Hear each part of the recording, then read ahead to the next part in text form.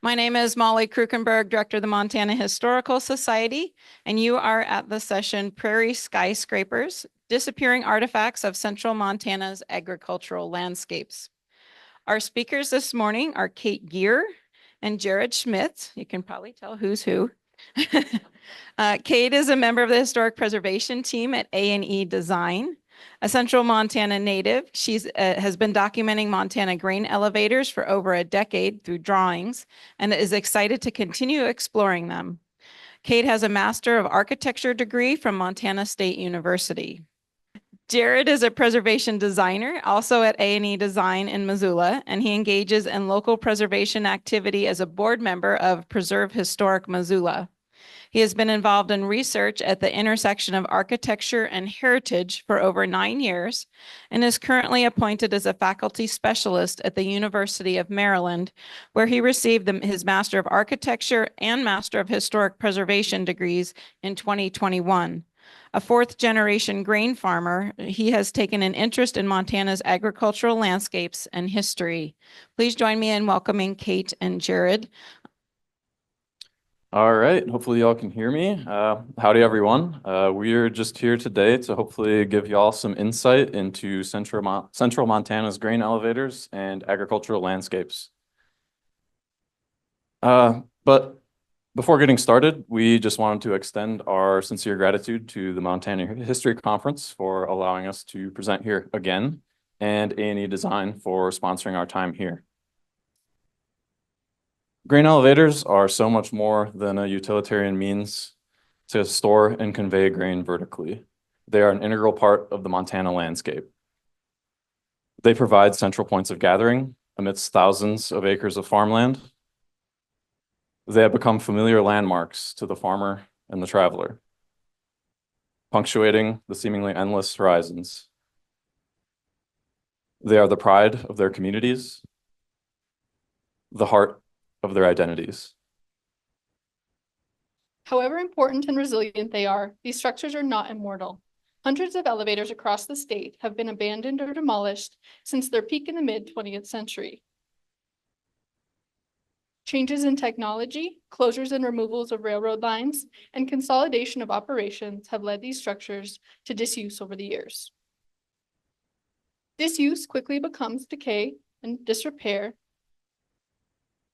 and eventually may result in demolition.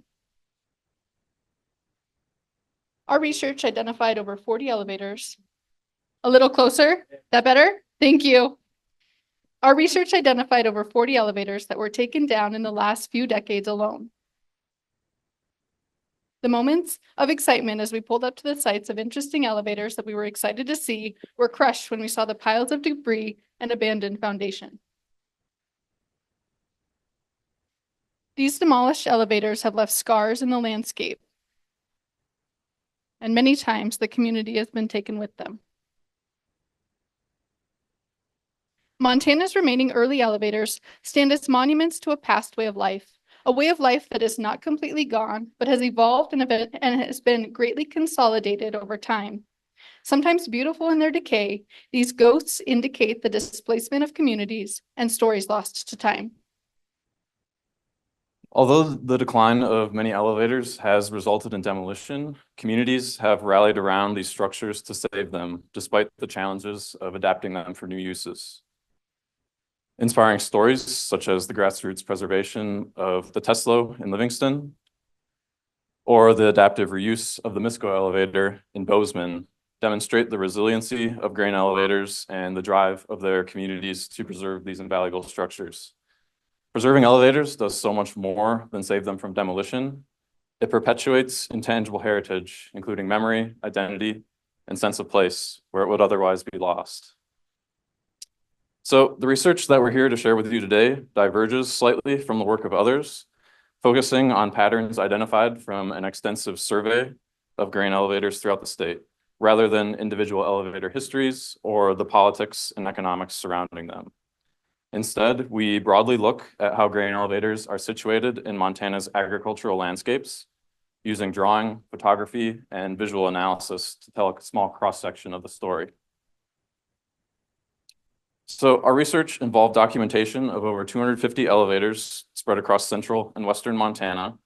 And this map shows, to the best of our knowledge, nearly all the extant grain elevators, roughly west of Billings, as well as a few that were demolished in the past few decades based on some aerial imagery.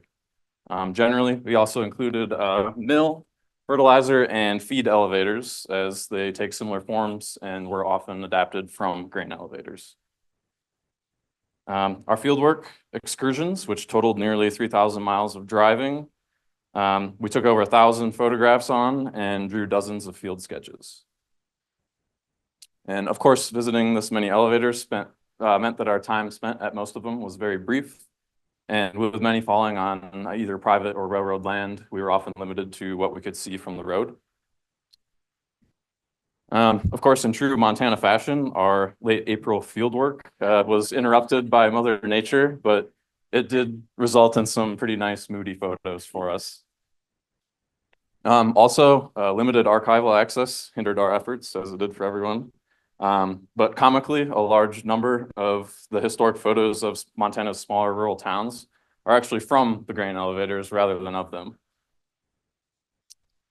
So in this presentation, we'll give a brief overview of grain storage before it made its way to Montana, and discuss the role of railroads and grain elevators in the state's settlement. We'll continue discussing early Montana elevators and their inner workings in more detail, painting a picture of their day-to-day operations. Then an explanation of technological shifts, such as improved agricultural equipment and development of the highway system, informs how elevators evolved and consolidated over time. We then focus on broad patterns identified throughout the region, elaborating on the significance of variations in the elevator typology.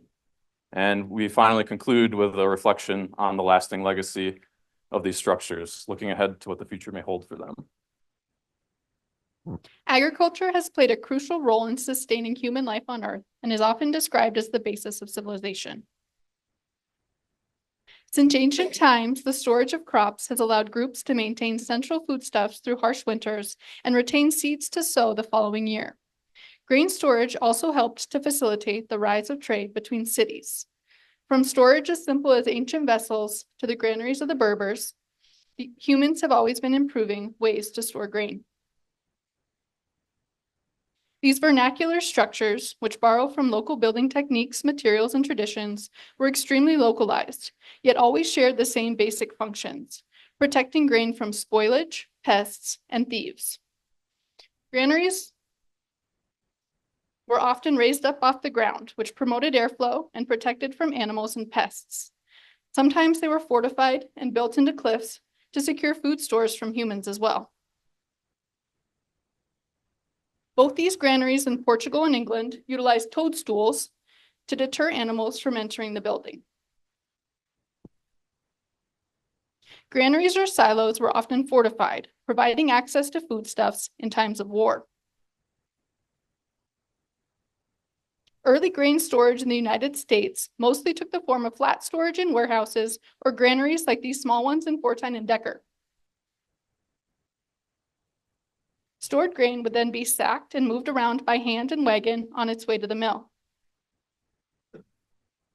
As time went on, a better means of transporting grain was needed. This is where the grain elevator comes in, a machine that harnessed the power of gravity to handle loose grain in bulk. In the 1780s, Oliver Evans devised a replacement for the manual hoisting of tubs or sacks of grain with a pulley system. Evans' mill elevator consisted of a belt with metal or wood cups that scooped grain vertically up an enclosed chute and deposited it at an upper conveyor.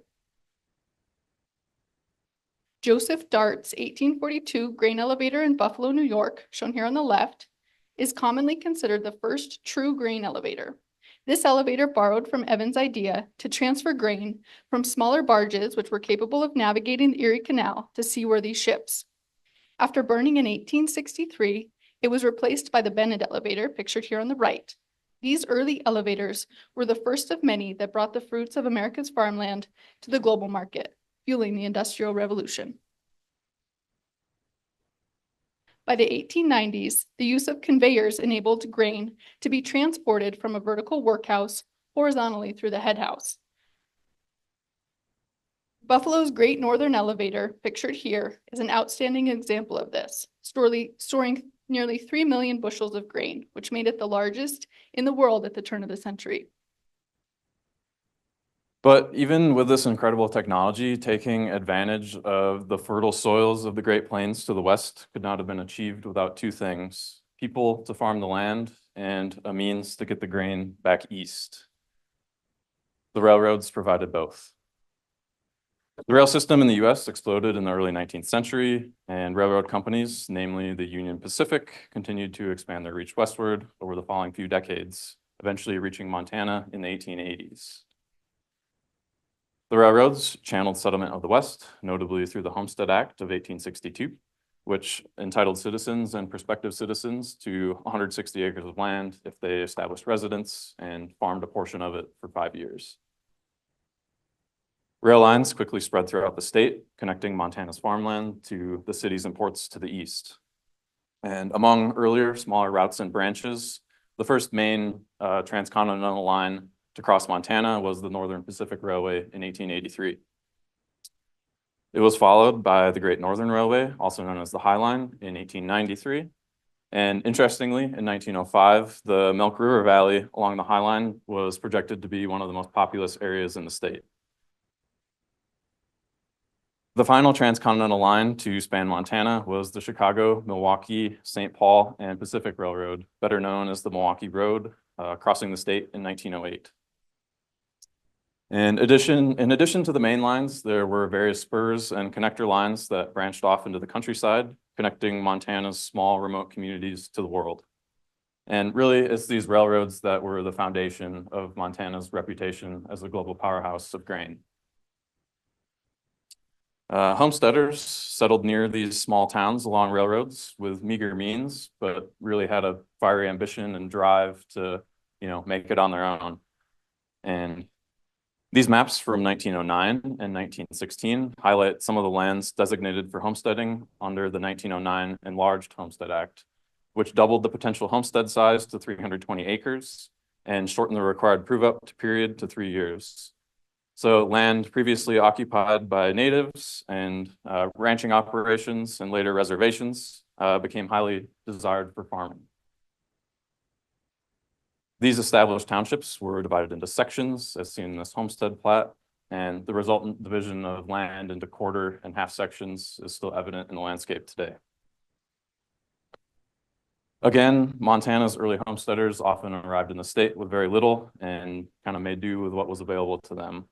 Often the bare land didn't include many trees or access to water, which made building homes and growing crops rather difficult. Their modest homes and outbuildings were made from anything from lumber and logs to locally sourced sod or stone. But of course, most of the homesteaders' work was put into the land itself, cultivating and nurturing their crops. So this bar graph here on the left highlights in red how the land in Montana utilized for farming kind of grew along with the railroad and the settlers. And on the right, we have the wheat acreage relative to other crops in the state, showing how wheat quickly surpassed hay and some of the other crops, becoming the dominant crop in Montana. And this 1926 map shows the distribution of land where spring wheat was cultivated in relation to the rail lines. And really, it's this impressive scale of cultivation. It was made possible by the homesteaders that settled the area. Early homesteaders largely sustained themselves off of their own land and sold their excess grain crop as their primary means of income. Early farming in Montana was back-breaking work, requiring long days in the field and a constant determination. Let's talk a little bit about the process of grain farming. I'm not a farmer. First, the virgin soils of the plains needed to be broken with horse, oxen, or later tractor-driven plows.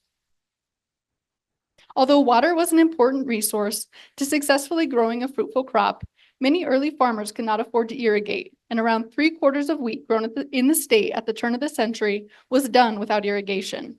Government promises to irrigate areas of land largely never panned out.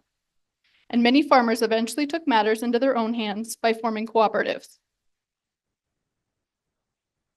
With the land ready to be cultivated, the fields were sown with wheat, barley, oats, and flax. Again, although other crops were grown, we will mostly focus on Montana's most abundant crop, wheat. The fields were tended by homesteaders until the crops were ready for harvest. With many homesteads lacking access to irrigation, the yield of their crop was at the mercy of Mother Nature.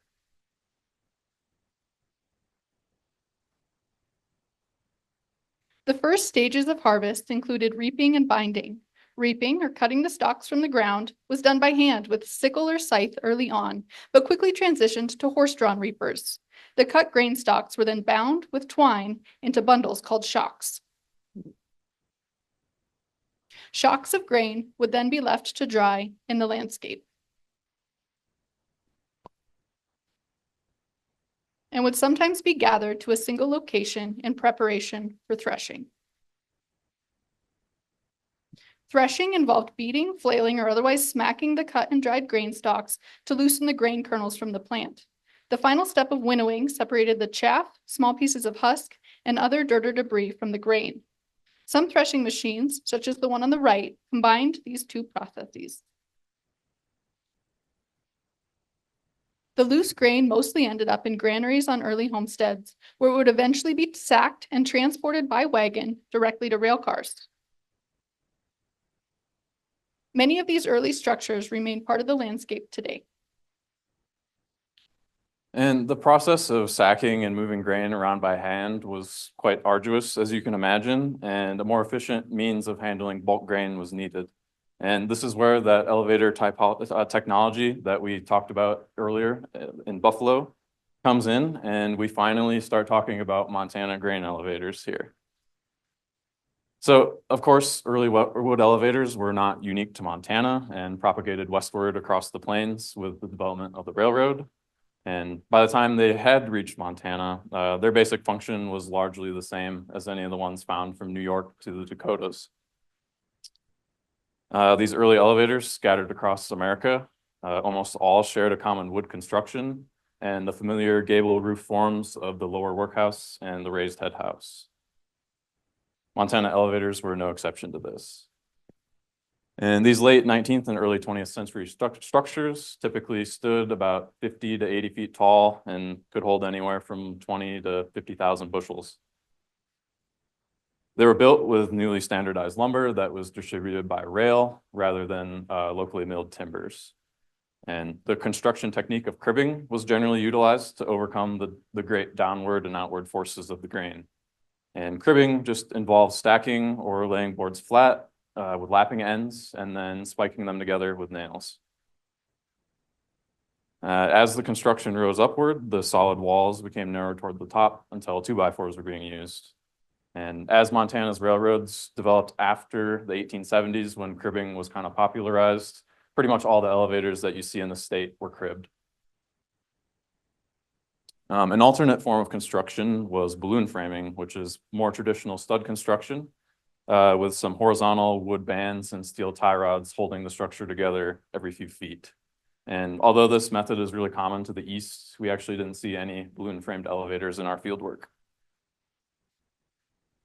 Early elevators were often clad in clapboard siding and painted usually either in red or white. And then lettering would be stenciled on, designating the elevator name and painted with a brush. Internally, these common country elevators functioned pretty similarly to the first ones that we talked about in Buffalo on the water, just with an altered design to accept grain from wagons and deposit it into rail cars. So in the most simplified version of this process, grain would be brought in bulk by wagon to the drive shed and receiving scale, where the wagon would be weighed and have its contents dumped into the grain pit. So in the pit, the grain would then be scooped up by the buckets of the leg and carried to the head house at the top, where it would be dispensed at the distribution floor through a turn head distributor into the tops of various bins as selected by the grain elevator operator down at the working floor with the little wheel that we see there. And finally, when rail cars were ready to be loaded, each bin would be emptied into a hopper scale, which in turn dumped back into the pit to be taken to the top of the head house again and distributed through a loading spout and into a rail car.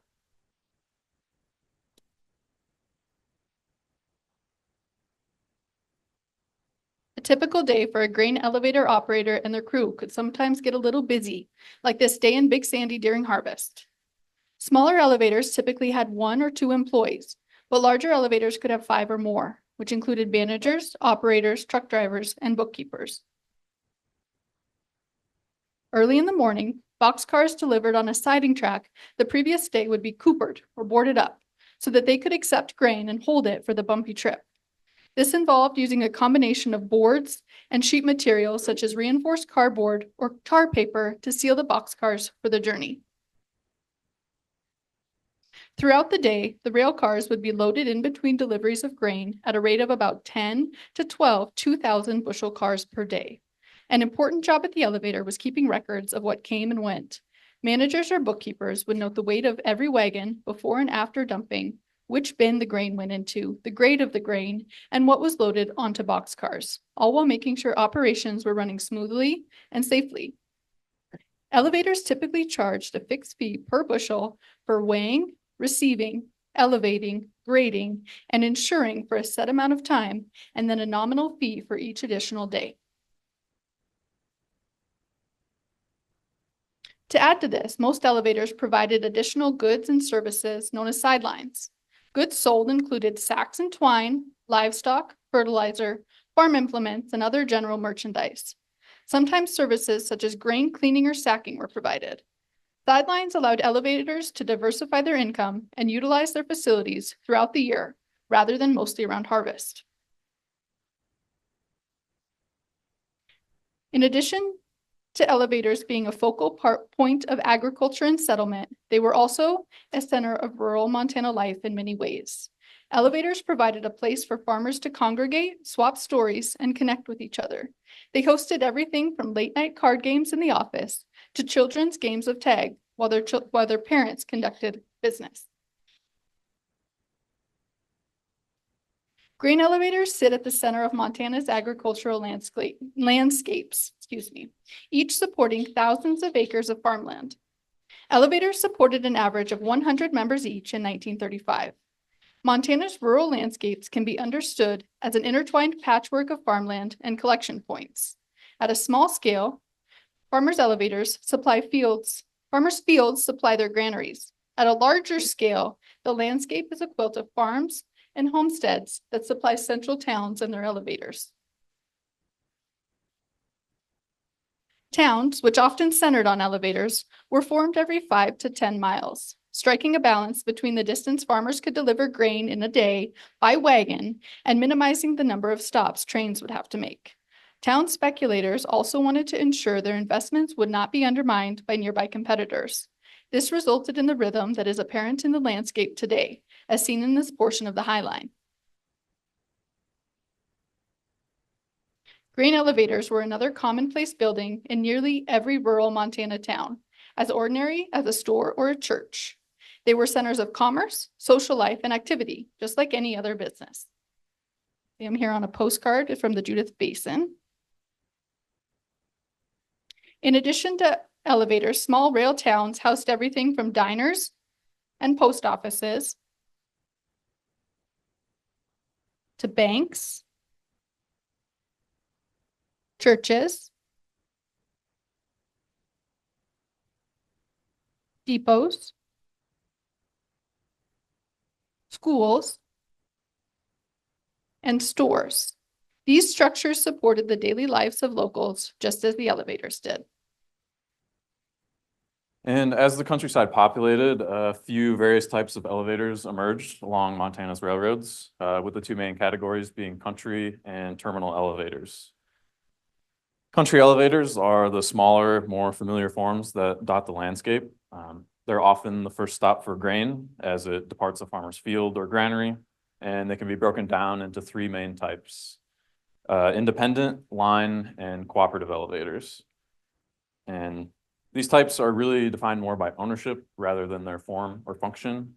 And speaking of ownership, elevators typically, or I guess never, were owned by railroad companies, as antitrust laws prevented this. Independent elevators were built by individuals that either had enough capital or produced enough grain to support owning their own elevator, which allowed them to avoid the commercial elevator fees.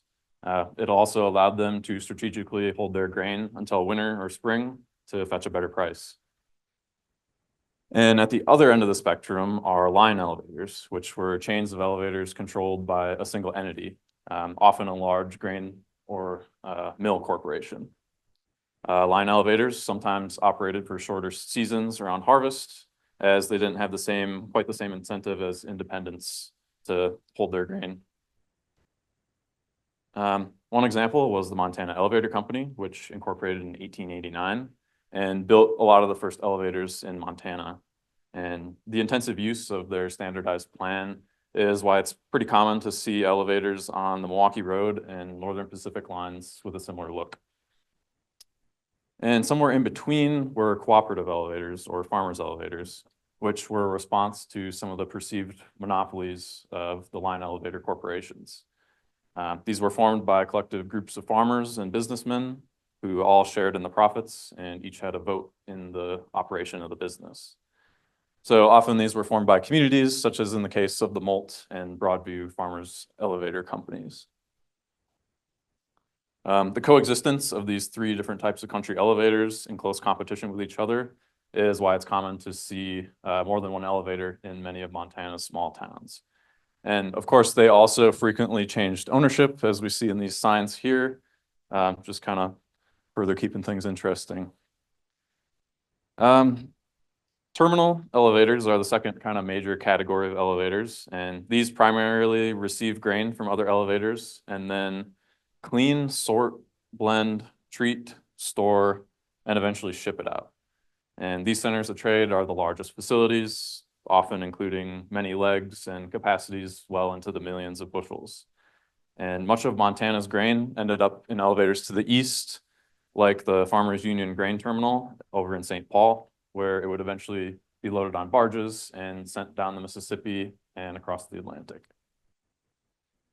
Montana had a few of its own terminal elevators, namely the 1.5 million bushel General Mills elevator and mill here in Great Falls. Twin elevators in Lewistown and Shelby also served a terminal function. And then we have subterminal or collector elevators, which kind of fall somewhere in between country and terminal elevators. They're an intermediate step in between the two, generally defined by their ability to fill anywhere from half a train to a full train's worth of cars from their stores. They didn't feature quite the same processing capacity as terminals, and instead just provided a transitional point for grain on its way to a terminal. And finally, we have mill elevators, which are where grain would be processed into flour and then packaged or exported in bulk. And sometimes this process was just integrated into terminals. So after harvest, grain had a few different paths that it could take to its final destination. For example, grain might make its way from a field to a farmer's granary and then be sacked and transported by wagon to a local cooperative elevator, where it would be shipped by rail to a subterminal, shipped by rail again to a terminal elevator, where it would be processed and exported across the ocean, to the world. Alternatively, maybe grain goes straight from the field to a line elevator and then goes to the respective mill that owned the line elevator, where it would be milled into flour and packaged, ending up on the shelves of a grocery store, and then finally ending up as a loaf of bread on a family's dinner table. As with everything else around the turn of the century, elevator technology was rapidly advancing and regularly trickled down from terminal and mill elevators to country elevators. Entrepreneurs and farmers alike were innovating new ways to increase efficiency in a world where a penny per bushel and improved speed or automation could mean a drastic increase to profits. Going back to the elevator function, the first steps of weighing and dumping grain experienced a number of changes over the years. As the use of wagons transitioned to the use of trucks in the first half of the 20th century, a need for more robust scales and dumping mechanisms within the drive sheds arose. Larger steel beam scales became commonplace to deal with the larger trucks that could carry upwards of 400 bushels versus the earlier 100 bushel wagons. These scales were balanced in the same way as your typical scale at the doctor's office, using small weights to level the beam. These parts of the mechanism were often located in an office room adjacent to the drive shed where the manager or bookkeeper could oversee and record the transaction. As for dumping grain into the pit, early on, wagons would be unloaded by hand with the use of an inclined plane or ramp to assist the flow of grain through the dump grate. Later, wood wagon dumps, like you see here on the left, would lift the contents of the wagons into the pit. As the use of trucks became popularized, a better means for unloading was needed, as dropping an underpowered, overloaded truck into low gear and sending it careening at a small hill was neither safe nor efficient. Auto truck dumps and sling hoists were early evolutions of wagon dumps. Later dumps were commonly hydraulic, like you see here on the right, and could lift a 10-ton truck with ease. From the pit, the grain made its way up the leg, which featured cotton belts with metal buckets encased in a wooden enclosure. Thanks, Jared. Later on, PVC or rubber belts were used in lieu of cotton, and plastic cups replaced the metal buckets. Early legs could move around 2,000 bushels per hour, while modern legs typically move around double that or even more for larger facilities. Freestanding steel legs supported by guy wires, as seen here on the left in Fort Benton, became a standard for new elevators later on. Sometimes they were even extended through head houses, as seen here on the right, for support, able to reach annexes that were further away with their additional height. The leg's cupped belt was driven by an engine or motor. At first, legs were powered with horses, oxen, or steam, but quickly gasoline and diesel engines took over. Of course, these engines were a major fire hazard operating so close to grain dust, especially when they were located in the head house. Instead, they were often located outside of the elevator in a small shed or the office building with drive belts or chains running to the head house. As rural areas were electrified, the conversion to electric motors became common. Distribution from the top of the leg largely remained unchanged. Commonly, elevator operators turned a selector wheel in the workhouse, as seen here on the left, which rotated a turnhead distributor at the head house, sending grain to bins, conveyors, the hopper scale, and loading spouts, or other destinations such as grain cleaners. The spouts that carry the grain to these destinations are located at the distribution floor, which is below the head house and between the eaves. Typically, around 1/5 of the elevator was left for working space, and it wasn't uncommon for grain to circulate 3 or more times as it was unloaded, cleaned, sorted, weighed, and loaded into rail cars or trucks. Elevators almost always have swivel spouts for loading rail cars on one side and spouts for loading trucks on the other. One of the most common modifications to elevators was the addition of storage annexes to keep up with the ever-increasing harvests. Also, with Montana's late growing seasons, terminal elevators back east were often full and could not accept more grain, which forced Montana's elevators to hold their grain until the space opened up. Many times, this storage took the form of more cribbed bins, telescoping outward from the elevator and using conveyors or augers to transport the grain horizontally. Later, steel bins were commonly added to supplement existing storage.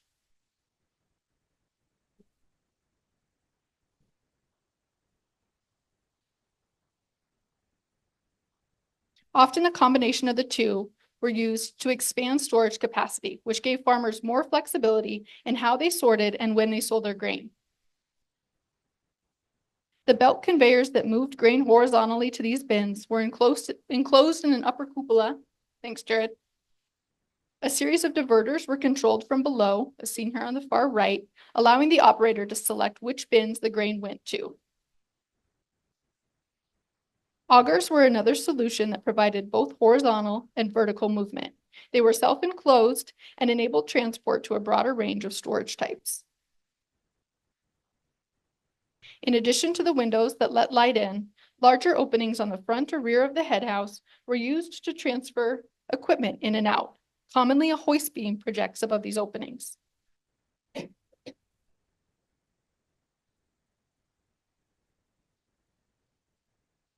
Technological advances surrounding fire protection were one of the most important changes to early elevators. Grain journals and newspapers recorded frequent fires, often resulting in total loss. Consequently, insurance was one of the highest costs in operating an elevator. The installation of corrugated cladding offered an additional layer of protection from these stray sparks from trains and other fire hazards. These elevators were known as ironclads. Many times, corrugated siding was added over existing clapboard siding, as seen here on the left. And most later wood elevators were initially built with corrugated siding.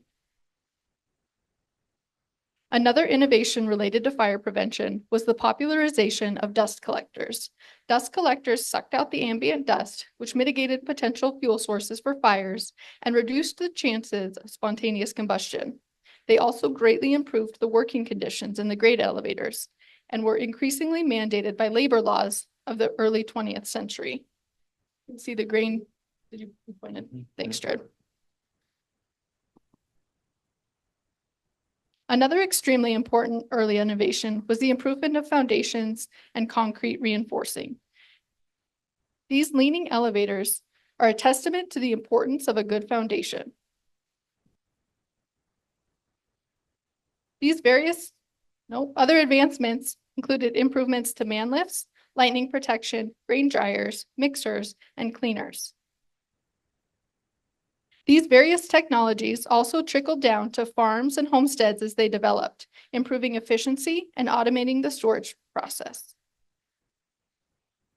Farmers sometimes even built their own miniature elevators for storing grain and loading it back onto wagons. The Breuer Granary in Kalispell, here on the left, is a notable example of this. So these early shifts in elevator technology during the first few decades of the 20th century are really overshadowed by some broad sweeping changes to the grain industry and landscape that occurred in the mid-century. Improvements to farming, the highway system, and the decline of the railroads would all play a major role in shaping the future of early grain elevators.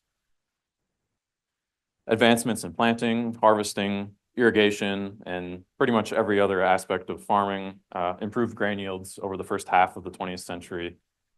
Early on, the average yield for spring wheat was around 12 bushels an acre, and by the middle of the century, this number had doubled. By the middle of the by today, we've actually hit around 36 bushels an acre on average in the state, so tripling kind of those early numbers.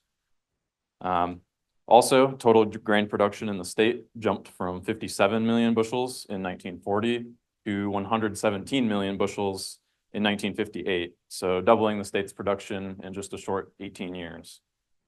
So grain was being harvested faster, more efficiently, and in greater quantities than ever post-war. And this put a lot of strain on small farmers and some of the smaller elevators.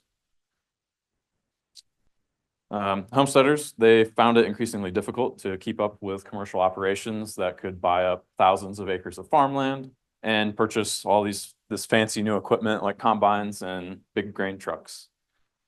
During this time, there was a major transition from animal to machine, so going from horsepower to horsepower. And again, this was hard for the homesteaders to keep up with. Contemporary combines eliminated the need for binding and shocking and drastically reduced the time and labor required during harvest because of this. But it did create some additional need for drying at the grain elevators. These new harvest efficiencies, combined with improved crop yields, put additional stress on smaller elevators during the condensed harvest seasons. And this resulted in a greater need for storage. And in the 4 years from 1954 to 1958 alone, there was an explosive 32% growth in commercial storage in the state. So in addition, a lot of farmers took matters into their own hands, building their own storage in addition to the earlier granaries on their farms. Truck technology and the road systems in the state progressed in tandem, both increasing in capacity and efficiency. Trucks went from basically combustion-powered wagons to the 20-ton giants that we see on the road today that, could cruise at 60 miles an hour. So this 1916 highway map here illustrates some of the proposed national and state highways that would be realized over the coming decades. And here we highlight in blue the railroads, which overlapped the highways, I guess, overlapped the railroads quite consistently. And really this kind of made trucking a more efficient means of moving grain medium distances. And this is what marked some of the beginnings of significant change for country elevators and their communities. With increased yields and faster transport, unloading lines at elevators became a lot longer, and truck drivers would often either go to the next elevator to save time or to fetch a better price. And elevators that had the capital were able to expand their storage and loading capabilities, while smaller, struggling elevators often went out of business or were bought out. And sometimes this boom and bust was enough to cause the community to decline as well. Ultimately, this change in transportation became one of the leading factors that contributed to the consolidation of country elevators. Smaller elevators shifted more toward private storage or were even demolished sometimes, while every few elevators grew into larger regional elevators. So this really marked a shift in scale from the early homestead days of horses and wagons, when they could only travel a few miles, and elevators had officially entered the era of automobility. And for elevators to prosper during the shift, they had to undergo a number of changes. Drive sheds needed to get longer and taller again to accommodate even bigger trucks that could hold, up to 1,000 bushels. And again, scales needed increased capacities. And more storage annexes and legs were also required to keep up with all the deliveries. Eventually, hopper trailers, seen here, eliminated the need for the dumps by just emptying right out of the bottom of the trailer. And this technology was also used for the loading and unloading of train cars, which eliminated that need for the coopering of the cars every day. Development of the highway system and the popularization of auto travel, combined with the overextension of the railroads in the early 20th century and some other factors, resulted in many of the smaller rail lines and spurs, and even a few of the bigger lines in the state being shut down. And with profit margins tighter than ever, and wood elevators only being capable of slowly filling just a handful of train cars, it just simply became infeasible for trains to stop at every single elevator. And it was just more efficient and profitable for grain to be hauled around by trucks medium distances. Early wood elevators served their initial purpose of transferring grain from farm to train less and less as time went on. Many of these smaller elevators that dot the countryside became used for private storage rather than a connection to the rail system. As the use of wood elevators declined, steel and concrete elevators were popularized. Although the first steel elevators in the US were built at the end of the 19th century, they didn't become commonplace in Montana until after World War II. These elevators are made up of steel plates riveted together and have an external steel leg. They offered superior fire resistance and longevity, but with all of their benefits came a couple drawbacks. Steel elevators required skilled labor to construct and had issues with rust and moisture.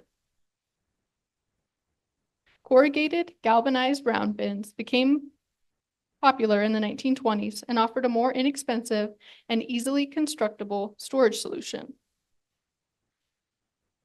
Masonry elevators never really took off in Montana, but a few mills, such as the one shown here in Harleton and Harlem, used masonry construction. Concrete elevators developed as early as the end of the 19th century, but became more popular in the first half of the 20th century. Concrete elevators featured a workhouse on one end and a series of cylindrical bins that were fed by conveyors. These bins were commonly over 100 feet high and held upwards of 25,000 bushels each. They were built using slip-form construction, where forms would be incrementally slid up as the concrete cured. One large concrete elevator could replace a number of wooden elevators. They offered superior fire resistance and storage capacities.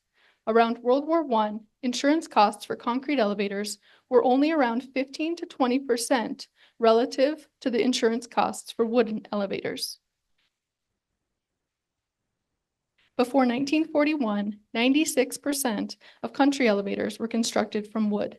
In contrast, between 1941 and 1957, only 63% were constructed from wood. Even with these new technologies, wood elevators still provided an inexpensive storage solution and had an advantage when it came to moisture mitigation. With that said, concrete and steel have become the primary methods of construction used today because of their fire resistance and scale. So Montana's grain elevators came in a lot of different shapes and sizes, and here we'll just go over a few of the common types that you'll see around the state. The familiar early wood elevator form, although simple, has a lot of different variations when compared side by side. The head houses were sometimes truncated, low pitched, or even curved. We also saw a few examples built with canted walls at the top, the head house. Sometimes the head houses underwent modifications to accommodate changes to equipment and storage configurations. In some cases, they grew significantly taller to fit larger equipment, either to reach distant bins or taller storage annexes. And these changes are commonly visible with a slight difference in material where the head house was raised. Later on, as some larger storage capacities were needed, other wood elevator forms emerged. One was this taller parapet roofed version, which was still cribbed like the earlier wood elevators, and could have a much larger footprint and be up to twice as tall as the earlier gabled elevators. Another was the side gabled construction, which mimicked earlier elevators with cribbed annexes, but was all built at the same time under one roof. And beyond form, we can also classify them by their capacities. So as we said before, these early wood elevators, commonly held under 50,000 bushels. Sometimes annexes were used to expand this capacity up toward 100,000, while later wood, concrete, or steel elevators were just built with this much storage to begin with. Even larger annexes could push capacities well into the hundreds of thousands. And again, larger concrete or steel elevators were just built with this much storage to begin with sometimes. And the largest elevators could reach into the millions of bushels, dwarfing their earlier counterparts. Normally, we also see building typologies broken down into various styles, but the utilitarian grain elevators were almost always built without a particular style. And out of all the grain elevators that we saw in our fieldwork, this diamond-shaped opening here and the barn quilt on the right are really the only things we could really consider ornamentation that we saw, apart from their signage, of course. And usually their signage was just stenciled and painted on, quite simply. But other times, more detailed lettering was painted on, of course, again, overlapping previous elevator names. And sometimes it was just a logo that was painted on for a line elevator. And sometimes signs were just simply applied right over the logo of the last company that owned it. And of course, grain elevators have always been used as billboards by members of their communities for a number of different things. Grain elevators have left a lasting impact on Montana's landscapes. Their enduring legacy tells stories of settlement and progress. Elevators and the communities around them have grown over the years, adapting to changing times. Both have also experienced loss and hardship, relying on each other to persist as the world changed around them. Improved agricultural practices, automobility, the fall of the railroad, globalization, and the consolidations of farms are all things that have shaped elevators in their communities. Times have changed, yet the elevators remain. Their utility has predominantly been consolidated to larger facilities, which boast modern technologies that improve efficiency and safety. Small country elevators are no longer the hubs of activity between field and rail that they once were.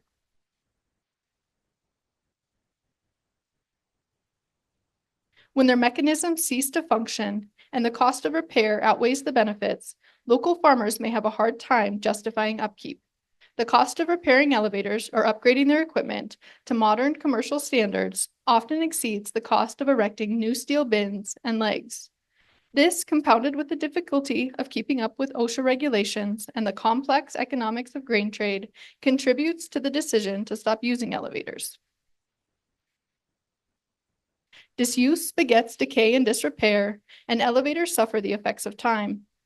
These cribbed buildings are extremely resilient, but even they have an expiration date after decades of sitting in the elements. Vacant elevators can pose hazards, which creates liabilities for railroad companies and owners to mitigate. With few willing or able to step in, many times this trajectory ultimately ends in demolition. But sometimes demolition is not the end of the story.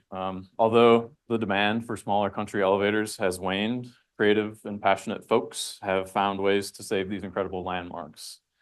Elevators across the US have been adapted for a wide variety of different uses. But adaptation of these structures does not come without its challenges. The internal cribbing makes opening up the floor plan rather impractical without major structural changes. The lack of windows, egress stairs, fire-resistant construction, and other elements commonly found in other building types also complicate reuse. These structures are not blank slates like a gutted warehouse or commercial building. They have an inherent function that is tied to their very core. Of course, also cost is always another consideration. Painting, re-roofing, and some minor structural upgrades might be reasonable costs to cover with local fundraising, but full adaptation can prove difficult without external grants or developer backing. So here we'll just share a few success stories that demonstrate examples of communities giving new life to their elevators. So a lot of them have been turned into various types of businesses, including the elevator in Red Lodge, which currently houses chiropractic and massage offices. The Misco Mill in Bozeman has been converted into a gallery, workshop, and short-term rental property. In Missoula, the Saratana grain elevator was adapted into Saratana Studios, a gallery, makerspace, and artist studios. Over the border to the south in Wyoming, Sheridan Flouring Mills even had a portion of the mill converted into a hotel. And perhaps one of the most fitting adaptive reuses of the elevator typology, Center of Gravity Rock Gym in Wichita Falls, Texas, used the bins as climbing routes and the head houses to host the belay equipment. And as well, Siloville in Hiko, Texas, and Upper Limits in Bloomington, Illinois, also use this model, inserting a recreational use into the utilitarian form of concrete elevators. Continuing to look outside the state a little bit, mills and elevators have also been turned into museums. So this is Minneapolis's Mill City Museum that hosts a number of exhibits related to grain and the milling industry. Also, Alberta's Spruce Grove Museum curates some local history in the heart of the elevator. And the Plum Coulee Elevator Museum in Manitoba exhibits the building's agricultural past and some other community artifacts. In other cases, such as this home in Anthony, the owners have converted their structures into homes. And the owners of this elevator here in Big Sag appear to have converted the office into a small guest cabin. And of course, there's a lot of precedents around the state of steel bins being converted into houses as well. So a little different than elevators, but kind of in the same line of thinking. And often the first step to reusing elevators is simply preservation. This remarkable grassroots effort at the Tesla in Livingston halted demolition, made repairs to the damaged head house, purchased the building, created a nonprofit, and gave the Tesla a new roof. And the future of the Tesla continues to be imagined, but is championed to really become a vibrant community space. And following reports of some safety concerns and subsequent demolition planning by BNSF, the community of Hobson promptly put together a stabilization plan within the 6-month stay of demolition and raised enough funds to preserve the pair of elevators. Placed on the National Register in '96, Bozeman's Story Mill really represents an important part of Bozeman's past. And after a mixed-use development fell through in the early 2000s, the Trust for Public Land acquired the property and established the Story Mill Community Park, which currently houses a restored wetland, and development is still being considered at the site. And when all else fails and an elevator is inevitably going to be torn down, salvage really is the most bearable option. The salvage material can be used to repair other elevators or construct new structures, just contributing to the original story of the structure in some way. Used or unused, shiny or weathered, Montana's grain elevators remain iconic figures in the landscape, punctuating road trips across the plains and recalling a bygone era. These local landmarks stand as symbols of pride in their communities, as evidenced by these incredible preservation efforts. Beyond their local and regional importance as utilitarian vessels for agricultural commerce, elevators have inspired creatives with their simple forms and honest expression of function. These magnificent first fruits of the new age attracted the attention of early modernist architects such as Le Corbusier, shaping the modern movement and architecture as we know it today. Artists and photographers have also been drawn to these picturesque structures, with notable names like Walter J. Phillips and George Campbell Tinning having depicted grain elevators. We were also drawn to these structures by their magnetic charm.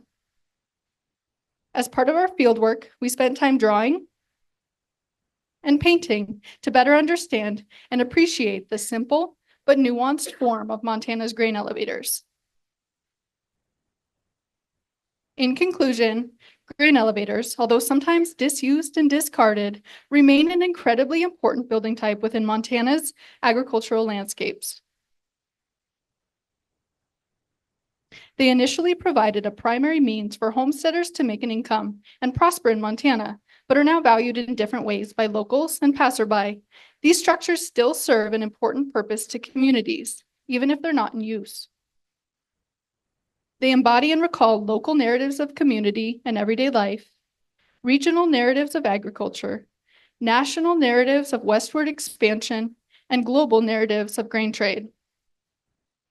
As elevators and those who can tell their stories are lost, pieces of these narratives disappear with them.